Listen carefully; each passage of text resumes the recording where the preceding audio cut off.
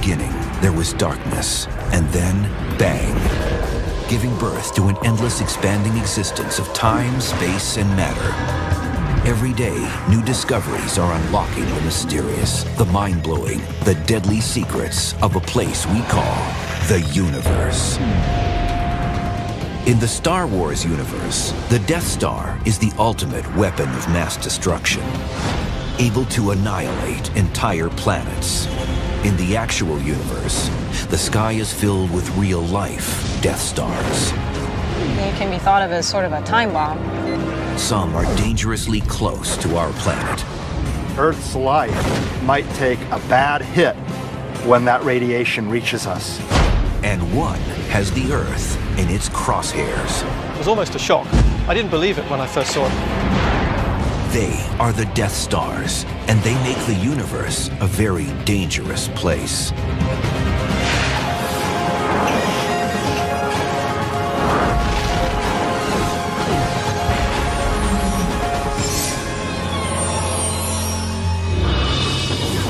Thousands of light years from the Earth, a supermassive star is preparing to hit the self-destruct button. Stars explode every day in the universe, but this one is different.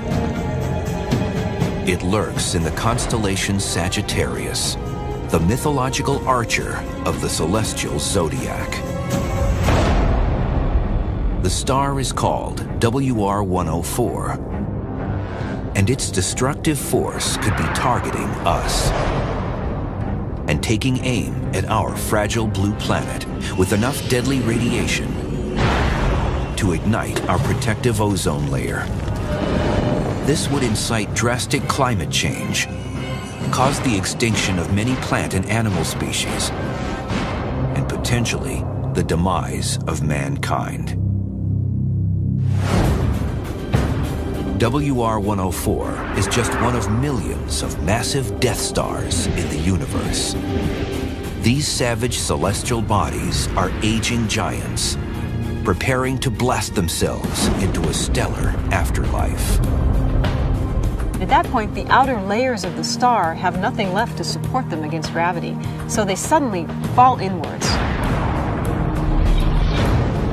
Their last breath can ignite the biggest explosion in the known universe.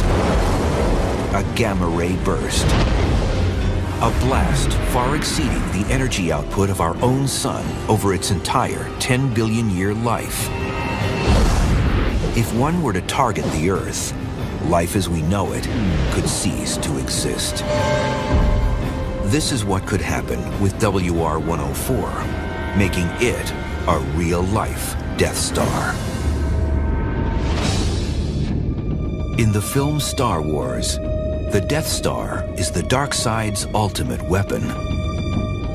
The predatory star is pure science fiction, but the reality is much scarier. A Death Star in real life is a star that blows up and blasts any nearby planets with deadly radiation. You know, that's a real Death Star. WR-104 is what's known as a Wolf-Rayet star. They are the largest stars in the universe, hulking beasts 30 times bigger than our own sun, each of them counting down to Armageddon. Discovered by French astronomers Charles Wolf and Georges Rayet in 1867, Wolf-Rayet stars are the outlaws of the universe. Stars live by the credo, live fast, die young, leave a good-looking corpse. And the bigger they are, the faster they live, and the faster they live, the more violent their end. They burn through their nuclear fuel extremely quickly and exhaust everything that they have. And so consequently, they don't live very long, maybe a few tens of millions of years at most. And they're easy to find because they're the real T-Rexes of the stellar kingdom. They're immensely powerful. In the year 2000, Australian astronomer Peter Tuthill began studying Wolf-Rayet 104. some 8,000 light years from Earth. This giant was ominously different from the others. Tuthill's team immediately noticed an immense dust cloud around it, 20 times larger than our entire solar system. We knew there was dust around Wolf Rayet 104, and that was a puzzle because it's a bit like finding a snowflake in hell. There was a mystery there, and we wanted to try and solve that mystery. Over the course of 6 years, Tuthill used an infrared camera at the Keck Observatory in Hawaii to create a composited image from multiple exposures. It yielded an amazing time-lapse sequence. 104 was producing an exotic spiraling plume of dust. It was almost a shock. I didn't believe it when I first saw it. I thought, stars don't look like spirals. There's no spiral I've ever seen in a book. We then had a mad scramble. We had to try and understand how a star can produce this elegant tail. Tuthill discovered that the key to this strange dust spiral was the fact that WR-104 wasn't alone. It's locked in orbit with a smaller star in what's known as a binary system. Both stars eject masses of charged particles called stellar winds. These winds aren't uncommon in the universe. Our own sun creates a solar wind that extends beyond the outer planets. The difference is that in a binary system, when winds from the two stars collide, gases are compressed and dust and soot are created. But what causes this dust to form into such an exotic spiral? So it turns out that a lawn sprinkler makes a great analogy to illustrate the physics that's occurring in these colliding wind binary systems. We've modified this sprinkler so that it only shoots one jet out of the spigot. The single water jet represents the constant flow of dust particles being created by the colliding stellar winds. But because the two stars in WR-104's system are in constant orbit around each other, it adds a circular motion to the stream of dust. Your first intuition is that the water is moving in a circular motion, but in actual fact, the lawn sprinkler is really shooting a jet in a straight line. The water droplets, even though they're moving in a straight line away from the spigot, they create an arc, and that arc wraps into a spiral with the rotation. The spiral spawned even more questions. The most troubling, exactly what kind of Death Star could WR-104 become? Wolf Rayet stars can be thought of as sort of a time bomb because they're so massive that they can't live for very long. And once they've burned up all of their nuclear fuel, there's nothing left to support the star against the relentless pull of gravity. And at that point, the core of the star collapses, and the outer layers fall in on top of it and bounce outward in a tremendous explosion. The explosion is a supernova, an immense burst of radiation that briefly outshines an entire galaxy. Wolf Rayet 104 will definitely go supernova sometime in the next few 100,000 years. At 8,000 light years away, the explosion itself poses no threat to the Earth. But there's a chance the supernova will trigger the most violent event in the universe, a gamma ray burst.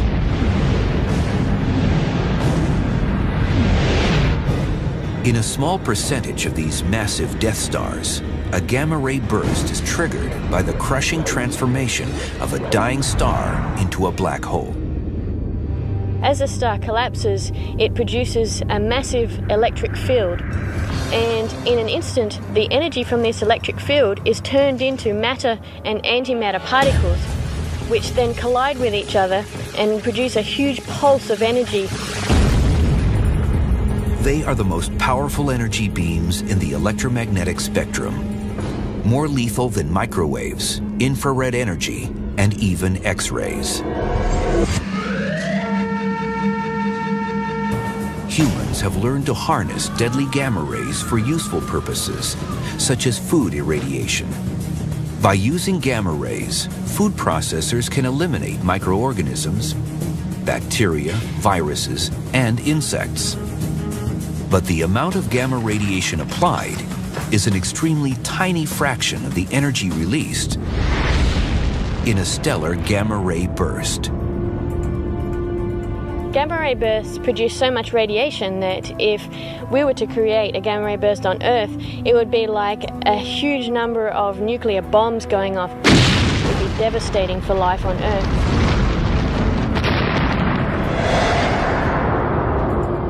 For the human race, the most critical piece of information about gamma ray bursts is the direction of fire. At the moment of collapse, the star becomes a dense, flattened disk, and the rotational axis poles are its only openings free of dense star matter.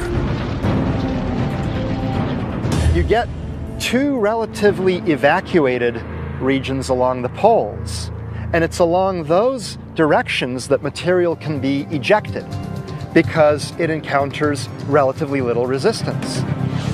So this container of yogurt provides a nice analogy for what happens in a gamma ray burst.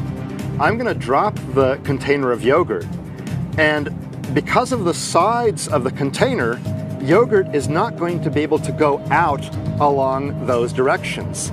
But the top of the container is open, so yogurt is going to squirt out along the top. Watch what happens. So the yogurt went squirting basically straight up. It couldn't go out the sides because it was blocked by the sides of the yogurt container. And that's a nice analogy for what happens in a gamma ray burst. The greatest concern for humans is the direction that the gamma ray burst is firing. If the axis of the collapsing star is pointing in our direction, we could be in serious trouble. When Peter Tuthill's team studied the plane of orbit of WR-104's dust plume, they came to a shocking realization. This spiral was the key that unlocked a lot of these secrets. And where things start to get a little scary is that this system, at first blush, appears to be almost face-on. We're looking right down the axis at the heart. It's like looking at a plate, a dinner plate. If you take that plane and you tilt it to the line of sight, it looks inclined. You're no longer looking at a circular dinner plate. Further examination suggests the rotational axis of the dust plume appears to match the rotational axis of the Wolf-Rayet star itself, meaning the Earth is staring directly down the barrel of a gun. That means that if this star becomes a gamma ray burst when it blows up, one of the two jets will be pointing toward us. The beautiful spiral of Wolf-Rayet 104 is suddenly a messenger of doom. Some 8,000 light years from Earth, two stars are locked in a gravitational dance. Their stellar winds ejecting a vast cloud of dust in a graceful spiral. But there's more to this star couple than just a beautiful tale. The larger of the two, Wolf-Rayet 104, is a massive Death Star on the verge of exploding as a supernova. That much is certain. The real mystery is, will it also unleash a gamma ray burst, or GRB, the most powerful burst of energy in the universe? The question is an important one for all on Earth, especially considering the star's axis may be pointing directly at us. That means that when it blows up, if it becomes a gamma ray burst, the jet could be pointing straight at us.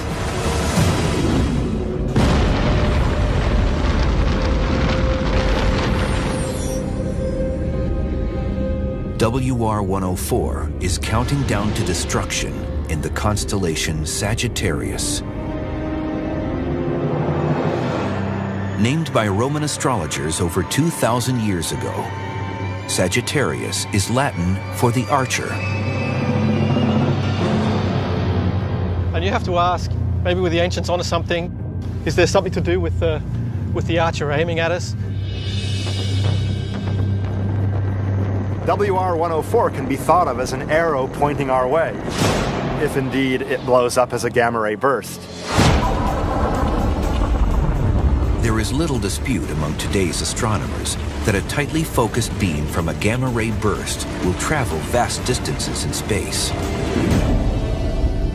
In fact, on April 23, 2009, the Swift Multi-Wavelength Observatory, orbiting the Earth, recorded a GRB that occurred 13 billion light-years away from Earth, near the very edge of the visible universe. The blast occurred only about 630 million years after the Big Bang. This means that gamma rays from the exploding star traveled at the speed of light for 13 billion years before they were visible to us, making this gamma ray burst the oldest stellar object in the known universe. We know of no star or galaxy that's farther away than this gamma ray burst. It's the single most distant discrete object ever seen.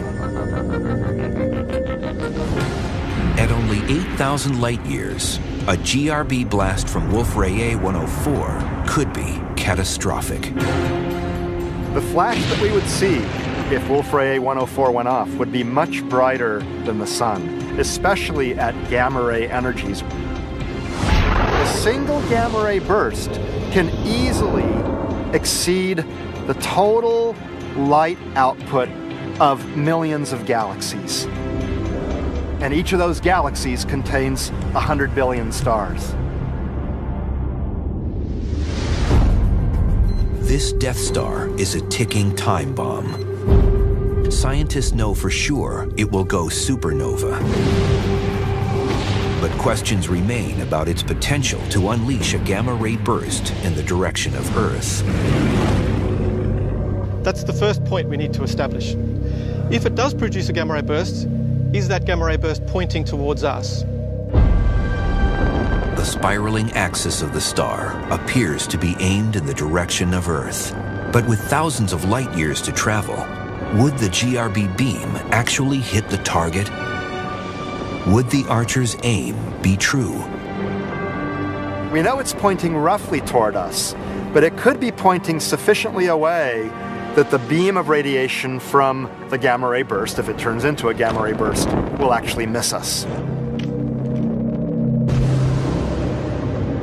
However, if the star is aligned, one powerful burst of energy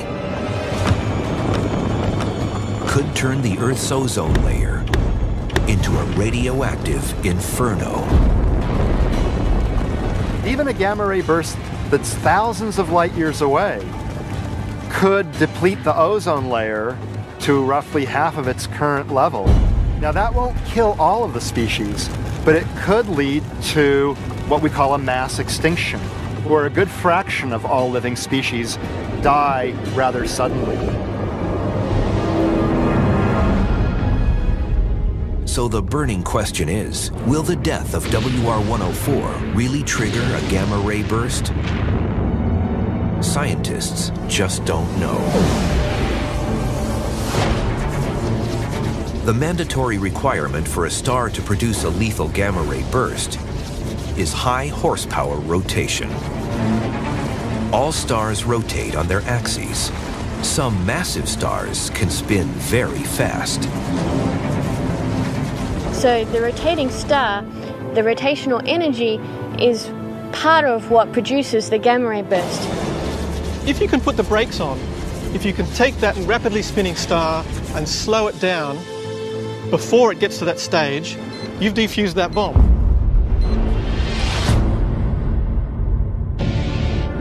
Based on mounting scientific evidence, it appears the universe itself is applying another set of brakes to its stars.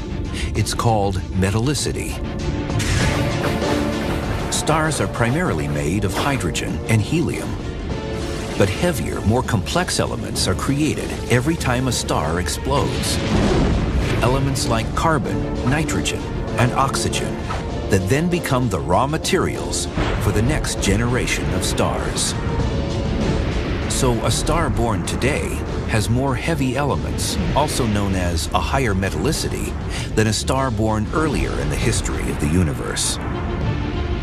When a massive star has a lot of heavy elements in it, it tends to lose a lot of its mass through winds.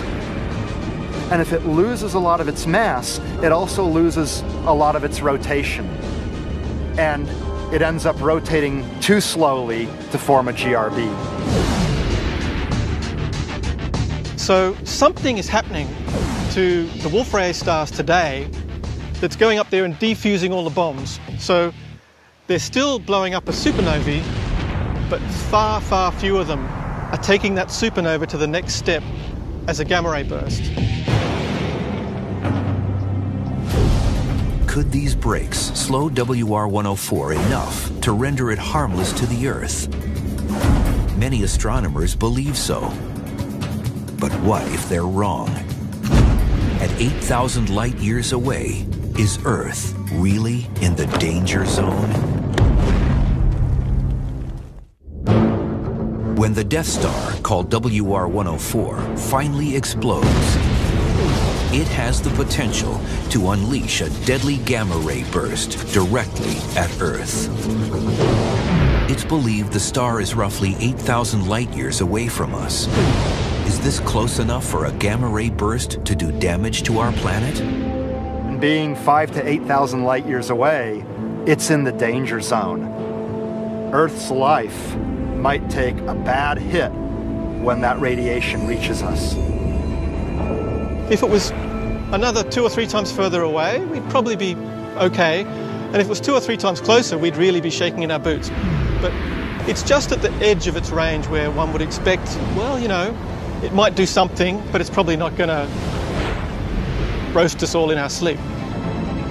So perhaps once every billion years or so, there's a gamma ray burst that's sufficiently close and sufficiently well pointing toward us that we need to worry. Death stars of all sizes populate the universe. But stars are not the only entities capable of such violence. The universe is also home to death galaxies, like 3C321, also known as the Death Star Galaxy. 3C321 is a galaxy with a giant black hole in the middle, millions of times the mass of our sun. Just outside the black hole's edge, the chaotic churning of magnetic fields and gravitational pull has ignited a high-energy particle jet. These jets are not uncommon, but this one is delivering a beating to its nearest neighbor. The case of 3C321 is very interesting because there happens to be another galaxy 20,000 light years away.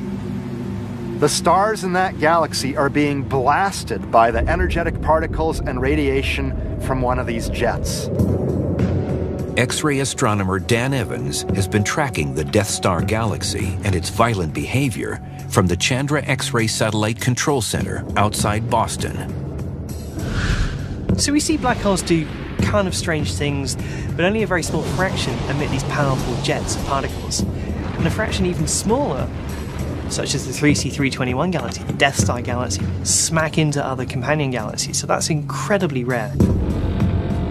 The companion galaxy is across the galactic street, 20,000 light years distant.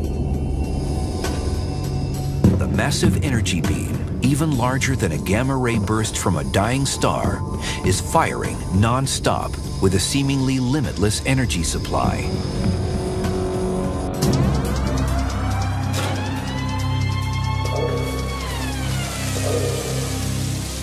So what we're looking at here is the best terrestrial analogy for the Death Star galaxy, 3C321. A jet is racing out of the black hole, close to the speed of light, and it's actually normally would propagate up to about 1 million light years away. But in the special case of 3C321, that jet is slamming into the side of the companion galaxy. And in doing so, it's becoming disrupted and distorted and bent away. And that's wreaking all sorts of havoc for that companion galaxy. Much like the building is deflecting the water jet, the planets and stars in the victimized galaxy are deflecting most of the attacking particles. So this jet is actually a massive beam of energy and particles. And these particles have been superheated such that they form a plasma. Plasma is a mix of super hot, charged electrons and ions funneled into the jet by the black hole's immense magnetic field. So jets that race out of black holes are actually incredibly energetic. And in fact, they can accelerate particles such that they emit light, maybe even up to gamma rays. These rays are incredibly powerful. And very long-lasting. Some estimates say the energy jet from the Death Star galaxy has been firing for nearly 2 million years. For its fuel, 3C321 simply devoured an entire galaxy. It's got a lot of fuel. What we actually think is happening here is that there's been a previous merger, so another galaxy has fallen in to the main galaxy. You can see this beautiful dust lane, which implies that the galaxy has been shredded already. And so that act of shredding drives mass down onto the black hole. After consuming another galaxy's provision of plasma particles, the Death Star galaxy has to somehow energize the particles into a jet. Black holes have powerful magnetic fields and super fast spin rates, a combination that somehow ignites the particle jet. Scientists believe the reason the jets fire in one direction has to do with all the dust and gas circling the black hole. In the case of an active galaxy like 3C321, which has a supermassive black hole in the center, you often have a donut or torus of material surrounding it. In that case, highly energetic particles near the black hole can't emerge from that region through the donut, along the plane of the galaxy. They can only emerge along this axis where there's relatively little obstructing material.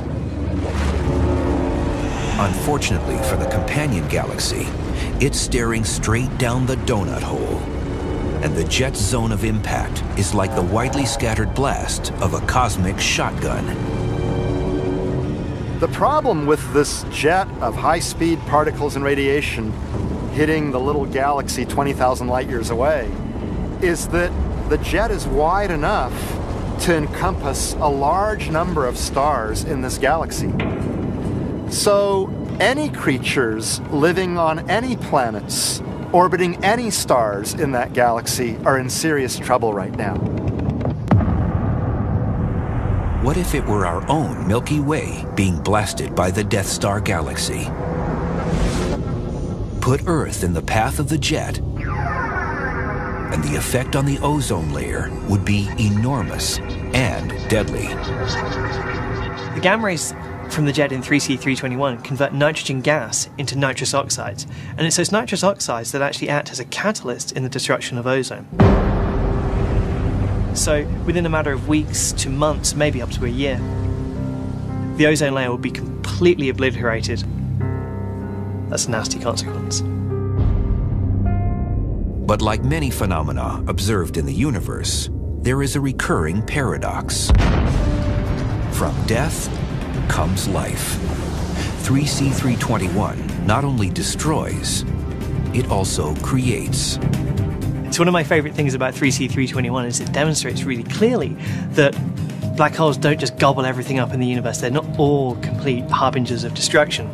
The jet that is coming out of 3C321 is hammering into the side of the companion galaxy, and yes, of course, that's a destructive force. But the ultimate legacy, actually, is that the gas clouds that get compressed during this interaction can actually form stars, and the stars can form planets, and the planets may even form life. So this is a beautiful cycle of birth and rebirth and destruction that's synonymous with the universe and black holes. One day in the future, our own Milky Way could form its own merger with the nearby Andromeda galaxy and create a new Death Star galaxy, a violent act that would certainly spell doom for the Earth. Such an event would likely occur many billions of years in the future. But there are other stellar threats streaking through our galaxy at high speed. They are hypervelocity stars, and nothing can stop them. To the human eye, stars paint a tranquil picture in the heavens above. But take an up-close look. A select few are Death Stars on the verge of extinction, and these cosmic beasts are anything but peaceful. Eventually, a star will burn through all the hydrogen in its core and convert it all to helium. Once it does that, it has to be massive enough to be able to ignite the helium and convert helium into heavier elements like carbon, oxygen, and nitrogen. And this releases an enormous amount of energy. This process is the same release of energy that goes on inside a hydrogen bomb.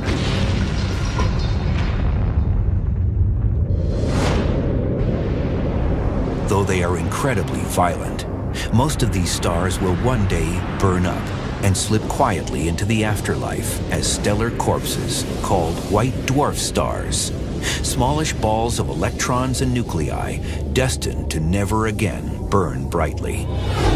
But some are supermassive stars, so energetic they end in a fantastic supernova explosion, and sometimes even produce the largest of all blasts, the gamma-ray burst. But for a few massive Death Stars, the end is a new beginning. Consider the second life of a neutron star. When a massive star explodes in a supernova, its core sometimes collapses to form a black hole. But much more frequently, if the core isn't massive enough to create the black hole, it forms something almost as weird, a neutron star, a small but incredibly dense body.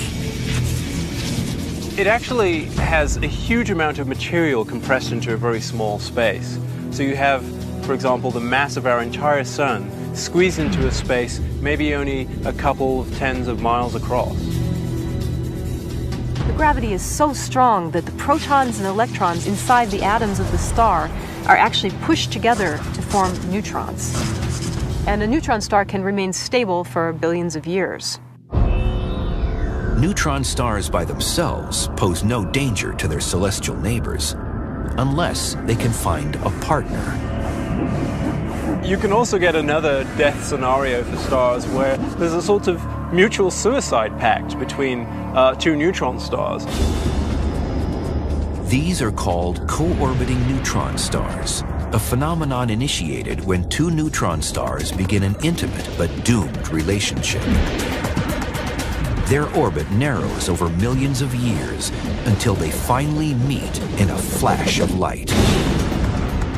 And in so doing, they can generate a violent explosion, a second life in a sense. So there's two different types of gamma ray bursts. There's short bursts, which have durations of less than 2 seconds, and we think that short bursts are produced by merging neutron stars. The short bursts are different than the longer GRBs produced by collapsing massive stars. The gamma ray burst emitted by two colliding neutron stars may be short, but it's powerful, equal to the energy released by the sun over its entire lifetime in less than 2 seconds. The worry for us? At least 24 pairs of orbiting neutron stars exist in the Milky Way. A very nearby gamma ray burst, first and foremost, would get rid of much of the ozone layer. That could have disastrous effects on Earth.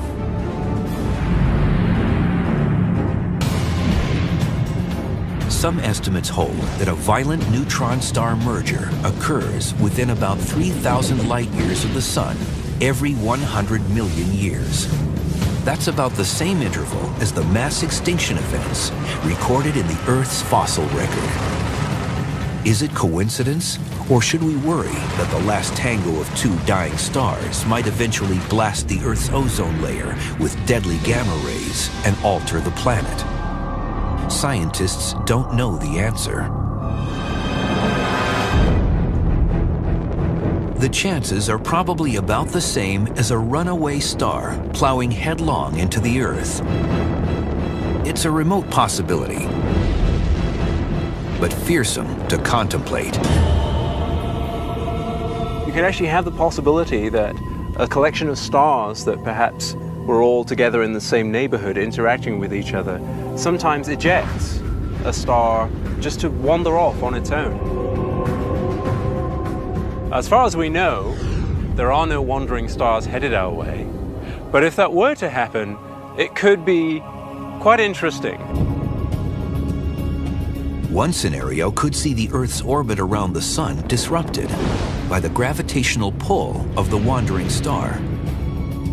One dramatic possibility is that such a wandering star simply kicks the Earth entirely out of the solar system. And so we're now wandering around without a source of energy, the Sun. No one really knows what would happen. It really depends upon the angle of approach, the mass of the star, etc. Wandering stars can travel up to 60 miles per second. Fast, but still not fast enough to escape the Milky Way's gravitational pull. But there are some supercharged turbo models that could actually break free and rocket out into the universe. These are called hypervelocity stars. Hypervelocity stars are normal stars like the Sun, except that they're moving out of the galaxy at well over 1 million miles an hour. And that's beyond the escape velocity of the Milky Way. The need for speed begins with a normal pair of co-orbiting stars that get too close to the edge of a black hole. Just as the disabled Apollo 13 command module got a boost of velocity by maneuvering close to the Moon's orbit, the hypervelocity star gets a huge gravitational kick from the black hole, severing the bond with its binary partner. The star closest to the black hole is captured into a very tight orbit around the black hole, and so it loses this energy. And the other star gains that energy and is ejected with this very large velocity as a result. The ejection of a hypervelocity star is much like a slingshot effect. At the instant the binary star's orbit is broken, the hypervelocity star is launched with incredible force into the void of space. They've been voted out of the Milky Way, and they're destined to drift into the inky depths of intergalactic space. It's very unlikely that these stars will ever affect the Earth. Fortunately, the eventual death of these speedy stars will occur far away from our solar system. It's the death stars on our own block we need to keep an eye on. In cosmic time, their fuses are lit, and we have a front row seat to their annihilation.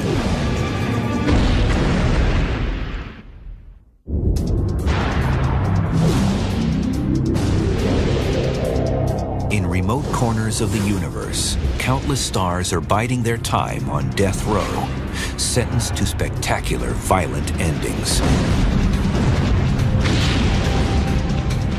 Closer to home, there are a few dozen stars within 20 light years of the Earth, and a few of these are preparing for death.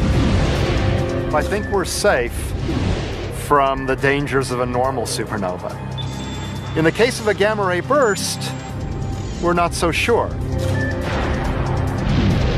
One is in the stellar system Eta Carina, a supermassive star about 100 times bigger and 1 million times more luminous than the Sun. In 1843, a buildup of pressure ignited a gigantic eruption of light seen from Earth. But the star survived and formed a dust cloud called a nebula. At a distance of just 8,000 light years, we'll have a front row seat to its annihilation. We think it's going to turn into a black hole sometime between now and the next 1 million years. And as it collapses, it has enough matter that it can produce a powerful gamma ray burst. Unlike the star, Wolf-Rayet 104, Eta Carina doesn't have us in its crosshairs. We know that the rotation of Eta Carina is not pointed towards Earth. So lucky for us, the pulse of the gamma ray is not going to be directly impacting Earth. When it happens, the explosion will likely be the brightest supernova ever witnessed by mankind. Unless the title goes to another Death Star contender that's even closer to Earth, Betelgeuse. Located in the Orion constellation, about 500 light-years away, Betelgeuse is quickly burning through the last of its nuclear fuel. Betelgeuse is a very massive star, about 20 times the mass of the Sun, and it's within 500,000 years of exploding. People have been noticing that Betelgeuse has been changing a lot over the last decades. It's actually shrunk considerably, about 15%. What that means, no one is sure, but everyone's keeping an eye on it. Some scientists believe Betelgeuse could unleash a gamma-ray burst. People on Earth have little to fear if it does. Like Eta Carina, the star's axis points safely away from Earth.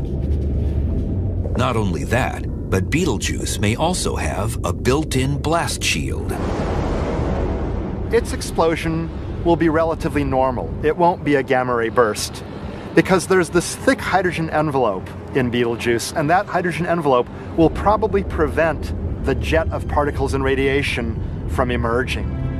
There's too much material through which the jet of radiation would have to pass. Betelgeuse will shine intensely for a brief moment, but it won't compare to the final moments of our nearest star, the Sun. Average stars like our Sun have nice long lifespans, fortunately for us, and our Sun is about halfway through its 10 billion year lifetime, so it's about 4.5 billion years old. That makes it middle-aged. Scientists estimate that the Sun will live another 5 billion years. But our problems could begin much sooner. Our own Sun is very gradually getting brighter, getting more powerful. And within 500 million, certainly 1 billion years, the Earth will become so hot that the oceans will have evaporated away. So we don't quite have 4 or 5 billion years to worry about this problem. We have to worry about it on timescales of hundreds of millions of years. Billions of years after the Sun renders the Earth devoid of life, it will enter a final phase known as a red giant. It can't explode and produce a supernova because it's not massive enough. But most scientists agree on the final chapter. As a red giant, its density will decrease, and the Sun will balloon outward, devouring its nearest neighbors. At this stage, the red giant stage, the Sun will probably expand and engulf Mercury, Venus, and maybe even Earth itself. So that would pretty much be the end of Earth. Of all the dangerous Death Stars in the universe, the one most likely to destroy the Earth is our own Sun. While it marks our planet's ultimate end, it's merely a part of the cycle of creation. Death Stars take life, but they are also the origin of life. The heavy elements in our bodies, quite literally, were generated by previous generations of stars and ejected into the cosmos by stellar explosions. So we would not be here if it were not for the fact that some stars explode violently at the end of their lives. As Carl Sagan used to say, we are made of star stuff. We are made of star dust. As the explosions continue, the resulting heavy elements may one day reseed the very foundations of life, far from the Milky Way, on a new blue planet, in a new corner of the universe.